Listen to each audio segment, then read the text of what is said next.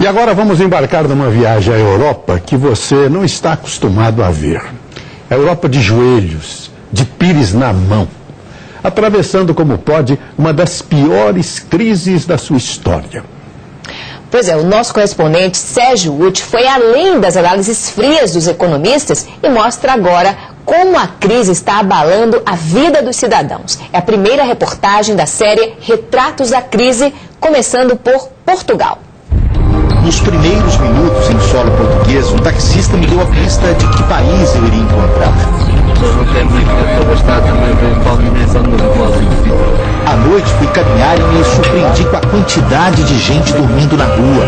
Muitos têm a história parecida com a desses dois Joãos. Quanto tempo o senhor está dormindo na rua, seu João? 46 meses. Tanta casa que eu já fiz e agora me toca a dormir na rua.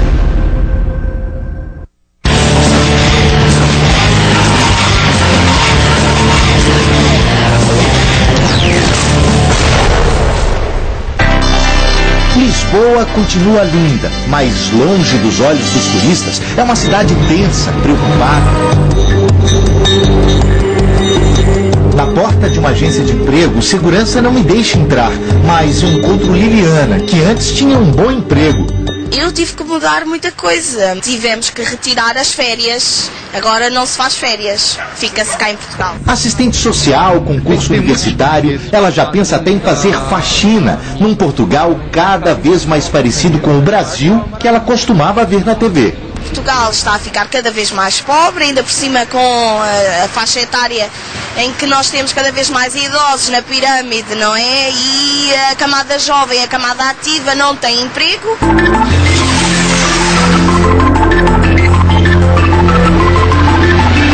O que se lê também é desanimador. O senhor já viu tempos assim? Nunca na minha vida. Ele se foi sem comprar o jornal. Pior para quem vende. Um dos setores que mais sentiram a crise foram justamente as bancas de revista. E para um público específico, o seu Vitor é o dono da banca. Quem deixou de comprar que tipo de revista, seu Vitor? A revista que nós intitulamos para cor-de-rosa ou de fofoquices. Por enquanto, a crise derrubou a fofoca. É quase. Por enquanto. Por enquanto. Não foi só a fofoca que ficou de lado. As contas apertadas também atingiram em cheio o orgulho dos nossos colonizadores.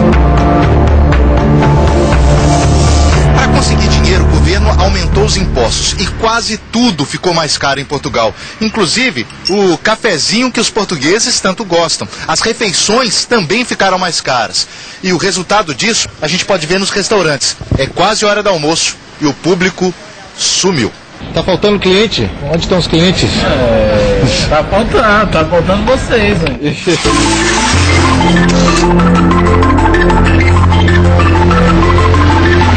Muito por culpa dessa sacolinha aí. A marmita é a nova mania de Portugal. O que tem aí? Uma sopinha com legumes, algo tipicamente português,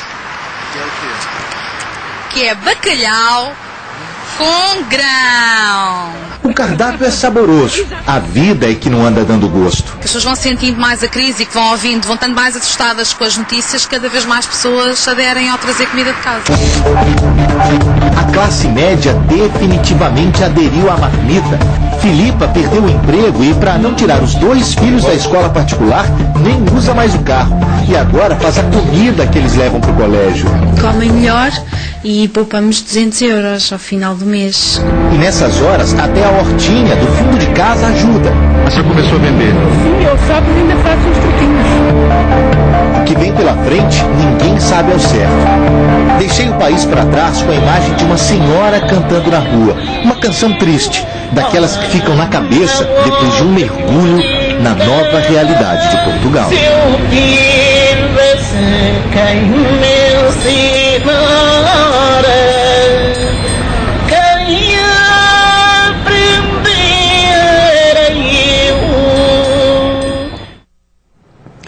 Portugal, assim como o resto da Europa, agora mais de 10% da população da Europa já está sem trabalho. Na segunda reportagem da série Retratos da Crise, encontramos uma Espanha que hoje luta até por comida. Difícil não se encantar com a capital da Espanha. Mas assim como em Portugal, o taxista já me dá a pista. Cada dia pior, e pior, e pior. E não levantamos cabeça. Um sentimento de vergonha que eu percebi em pessoas que só me deixaram mostrar pés e mãos. Muitos espanhóis recebem o que não podem mais comprar. A fome não tem fronteira.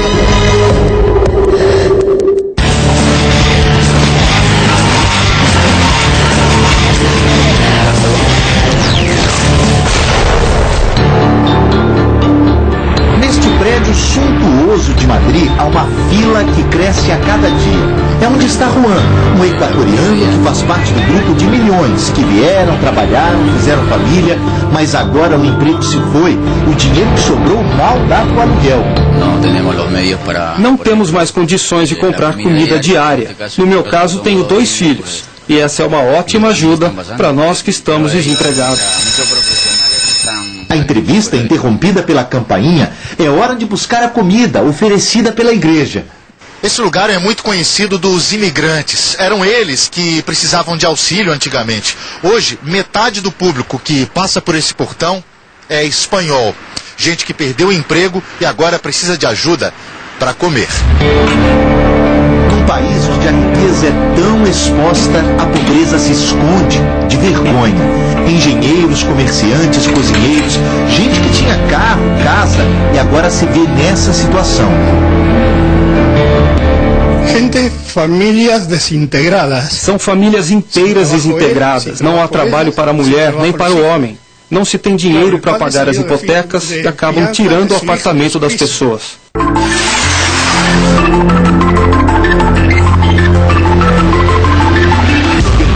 Já pensa em ir embora. Éramos em 140 funcionários, agora estamos em 23 ou 25 mais ou menos. A Europa que compensava não existe mais? Não, não existe.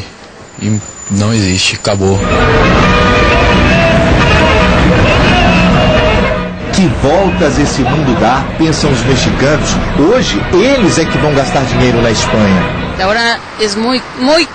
A situação aqui na Espanha agora é muito ruim e no México está melhor. Estamos um pouquinho mais altos. Bem perto dos pontos turísticos, 1, 2, dezenas de salas vazias.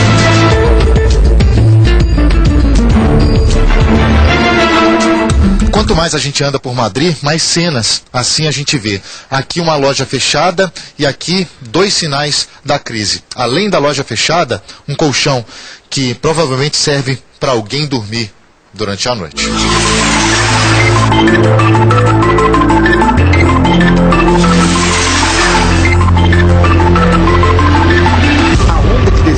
É um fantasma que assombra uma sociedade acostumada com fartura. No subúrbio de Madrid, fui visitar a família Plaza. Ana trabalhava num supermercado. Rafael tinha um emprego de fotógrafo. E César era chefe de cozinha. Todos agora dependem da aposentadoria do pai e dos milagres que Dona Carmen tem feito. O nosso dinheiro agora precisamos para dar de comer diariamente a 8 pessoas. No dia em que estive lá, havia só legumes para o jantar. A carne que os espanhóis tanto gostam está sendo substituída pelo frango. E a capital da Itália, que um dia foi o berço do Império Romano e depósito de toda a riqueza da Igreja Católica, hoje é cenário de greves e protestos. Na terceira reportagem da série Retratos da Crise, nosso correspondente Sérgio Ucci encontrou uma Itália que já deu adeus ao tempo da fartura e do luxo.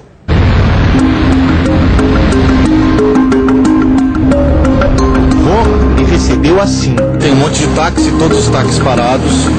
Uma equipe da televisão italiana ali entrevistando os taxistas. Greve, estão parados. Uma greve geral contra a decisão do governo de liberar novas licenças e aumentar a contenção.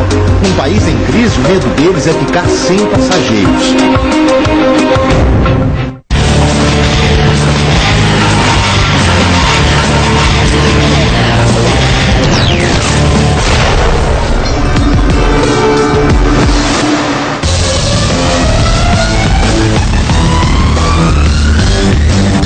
Os italianos continuam elegantes, Mas agora vão ter que gastar um pouco menos com roupas e tudo mais.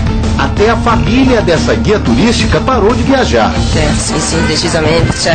Não tiramos mais férias no exterior e agora temos medo de perder o emprego.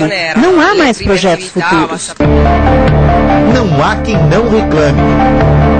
Naquelas lojinhas cheias de delícias, o gerente me conta que os vinhos de primeira já não são os mais vendidos. É a pior situação em 20 anos. Com menos clientes, fui obrigado a demitir 3 funcionários.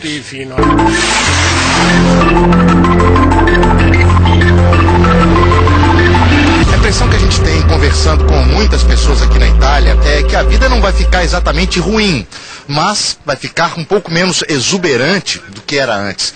Aqui nessa feira, por exemplo, a gente conversou com várias pessoas que nos deram alguns exemplos interessantes. Essas senhoras de Florença vão ter que abrir mão do luxo. Speriamo di no. Champanhe? Não mais. Optamos agora por um bom espumante italiano. Os produtos importados não podemos mais comprar. Elas vão sobreviver. E a Itália também, mas poderá ficar menos florida, reclama o dono da banca. O poder de compra dos italianos diminui cada vez mais. Tudo mudou muito. Os italianos devem hoje muito dinheiro, mais do que eles têm para pagar.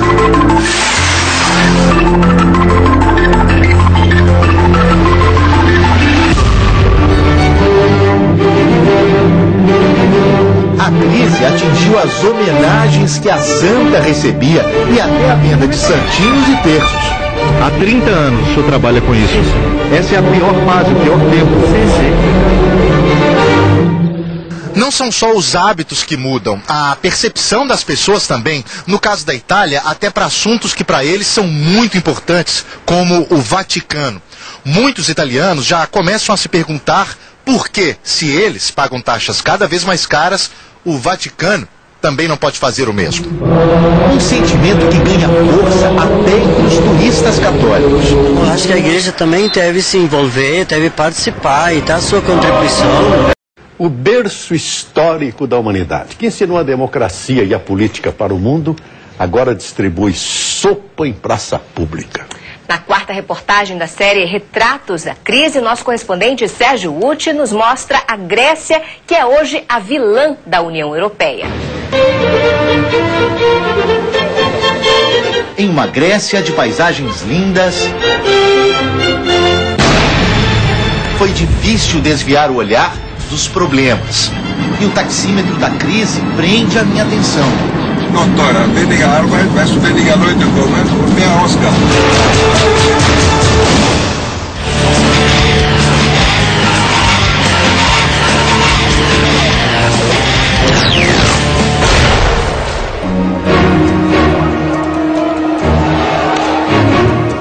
A situação da Grécia é de longe a pior da Europa. Nunca houve tanta gente sem trabalho, sem casa.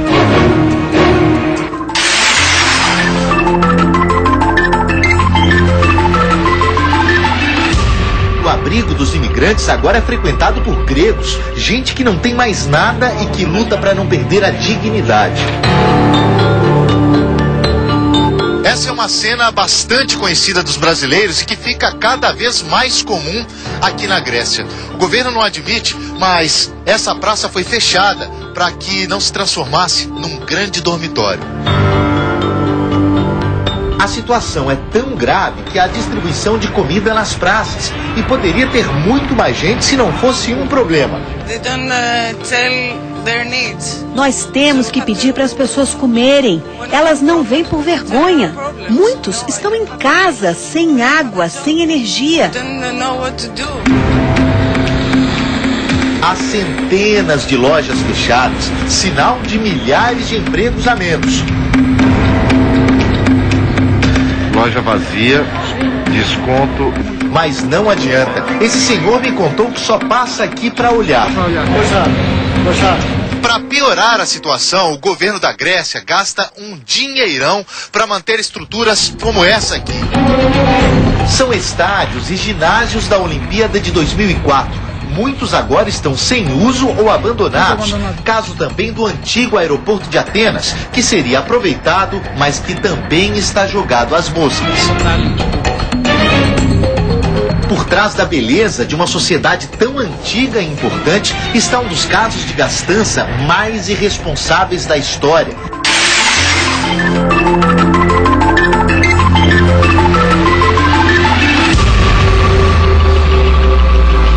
Esse teatro, reformado com dinheiro estrangeiro, já está quase pronto, mas... O teatro não vai ser inaugurado? Acho que não. Não temos atores, não temos cênicos, não temos nada. Mas vamos ter um bom teatro, sim. É como você ter uma boa casa e não pode morar dentro.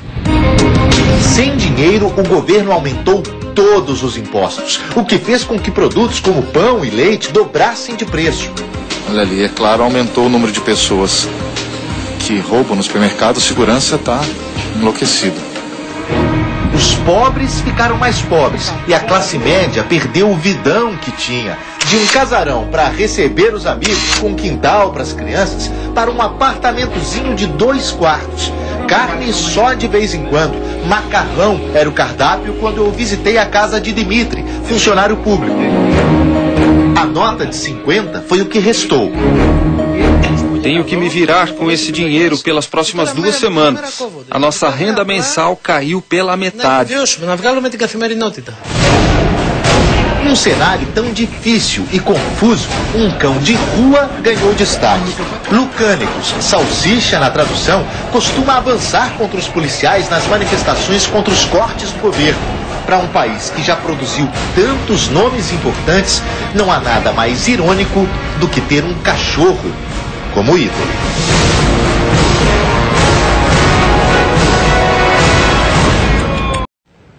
Em 4 dias da série Retratos da Crise, nós mostramos europeus devastados pela nova realidade econômica. Hoje você vai ver que um país ainda está de pé. A Alemanha aparece agora como uma potência que tem nas mãos o poder de salvar os endividados. É difícil olhar para esse país e não pensar na força dos alemães para se recuperarem de grandes traumas, como esse. Eles sabem como é que é não ter. A Alemanha foi destruída, dividida e desde que se reunificou há quase 22 anos, rapidamente virou uma potência.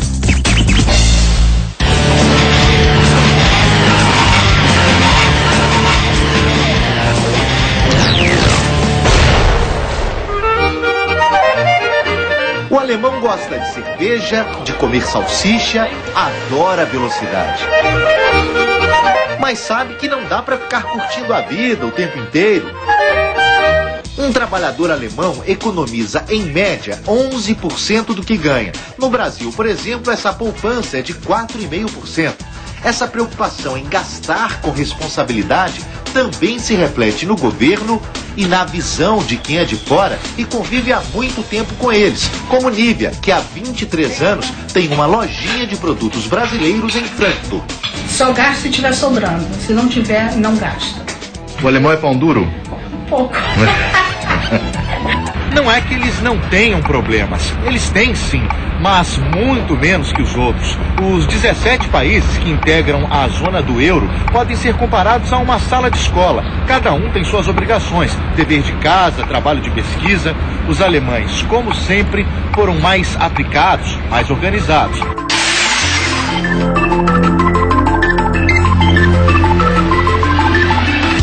Esse economista que me abordou para uma conversa em Frankfurt disse o seguinte sobre os outros países.